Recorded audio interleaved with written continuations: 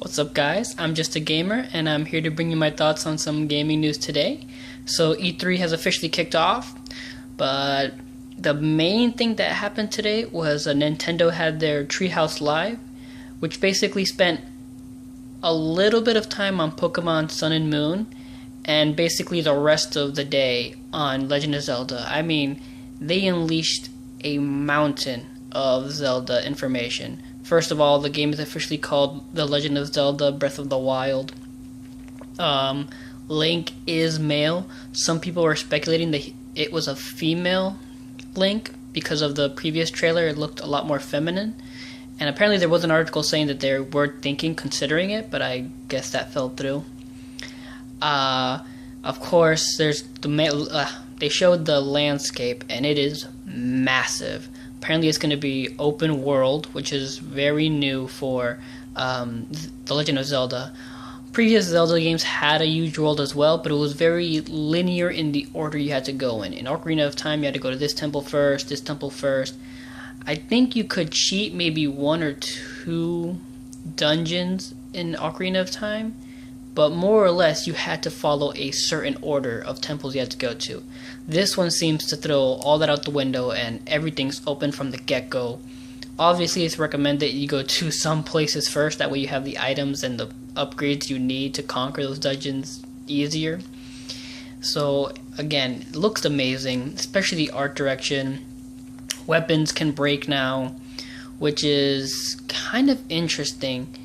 I'm wondering if they're going to also do that with the Master Sword, or if the Master Sword's going to be unbreakable. Because if I'm not mistaken, did Skyward Sword, did that one have breakable swords until you got the Master Weapon? I can't remember. I think it did. I think until you get the Master Sword, all the other swords you had at that point were, they could break. But I'm not sure. I'm not positive. I can't remember. No. I'm completely wrong. I'm thinking of something different. Forget what I just said. But yes, the weapons are breakable now. So are shields. A lot of the environment is interactive. There's gathering where you can get ingredients from killing monsters or collecting plants in the environment, and you can cook. And I want to say maybe there'll be a crafting component, because a lot of that stuff that you collected, there wasn't a lot of it wasn't used. Like, they used some of it for cooking, but a lot of it wasn't, like the monster parts, the goblin parts. So I'm wondering what crafting component they have and what role they'll play in the game. But overall, again, it looks amazing.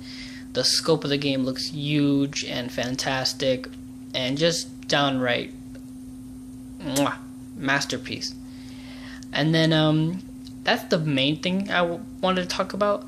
The little few tidbits I did look into, for me personally, that I care about, was they showed some gameplay for Persona 5, which looks amazing, and it looks a lot different, because it looks like you'll be able to actually sneak around. Like, that is actually a major component of sneaking around. In previous games, you could just, I guess you could say you can run up behind enemies really quickly and hit them, and you can get a first attack or first strike. But this one, it looks like it's an actual active component, to where they even show him like hiding behind corners and chairs and other stuff, and like sneaking up and then, grabbing the enemy and then activating the initial strike or preemptive strike.